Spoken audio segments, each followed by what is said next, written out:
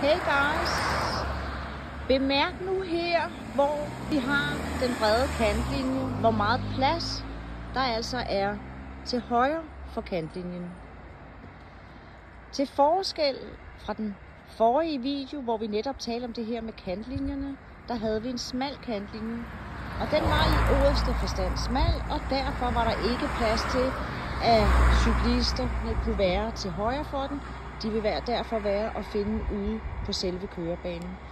Så bemærk med de her brede kantlinjer, husk det til jeres teoriprøve og jeres praktiske prøve, at når der er bred kantlinje, så skal I naturligvis svare, at der vil cyklisterne være, og de små knallerter på højre side af striben.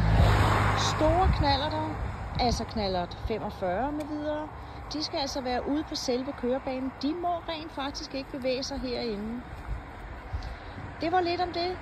Husk, den smalle kantlinje, der vil cyklisterne være at finde ude på kørebanen.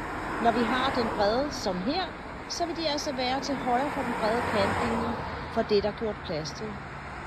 Held og lykke, venner!